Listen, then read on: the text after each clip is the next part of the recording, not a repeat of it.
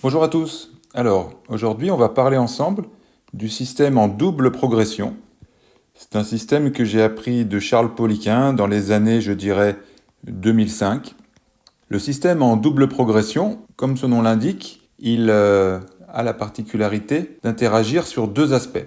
Alors, on va d'abord prendre un exemple standard de programmation. L'exemple suivant peut être facile à illustrer. Prenons la séance qui indique 4 séries de 6 répétitions. Alors, c'est une séance que j'aime assez faire en préparation physique. Je trouve qu'elle est assez universelle, si tant est qu'une programmation soit universelle, mais elle convient assez bien à de multiples objectifs. Ceci étant dit, dans un exemple standard, on indiquera le nombre de séries, ici 4, le nombre de répétitions, la charge, dans notre exemple, on demandera 100 kg, et puis le repos, on prendra 2 minutes 30. Ce qui est intéressant et que je veux vous illustrer aujourd'hui dans le système de la double progression, c'est que on ne prend pas seulement un seul objectif de répétition, mais une fourchette de répétition. Donc, reprenons mon exemple. 4 séries de 6 à 8 répétitions. Alors d'abord, quand on choisit d'utiliser une fourchette de répétition, comme ici 6 à 8, cela signifie qu'on doit rester dans le même impact de développement.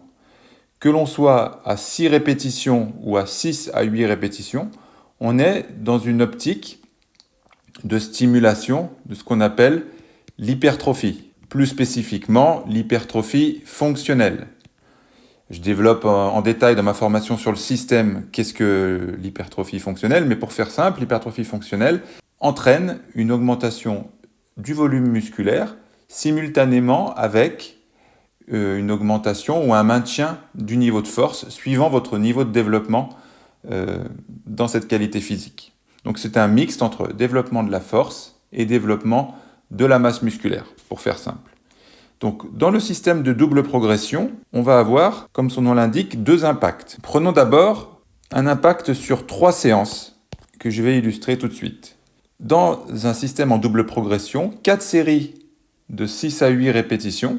Cela donne, première séance, 4 séries de première série 8 répétitions, deuxième 7 répétitions, troisième 6 répétitions. Donc là, 8, 7, 6, on est dans la fourchette, 6 à 8, on remplit l'objectif. Séance numéro 2 de cette même séance, on est à 4 séries de première série 8 répétitions, deuxième série 8 répétitions, troisième série 7 répétitions. Donc on est toujours dans l'objectif 6 à 8. Et vous avez compris ce qui va se passer à la troisième séance. 4 séries de première série 8, deuxième série 8, troisième série 8 répétitions. Donc à ce moment-là, on a terminé et validé la première partie de la double progression. On a fait évoluer positivement le nombre de répétitions à l'intérieur d'une fourchette donnée et réfléchie dès le départ. Ce qui nous amène à la deuxième partie de cette double progression. On va continuer à prendre l'exemple sur 3 séances, donc 3 nouvelles séances, ça fera donc 6 séances. Première séance, on garde 4 séries de 8 répétitions à 100 kg.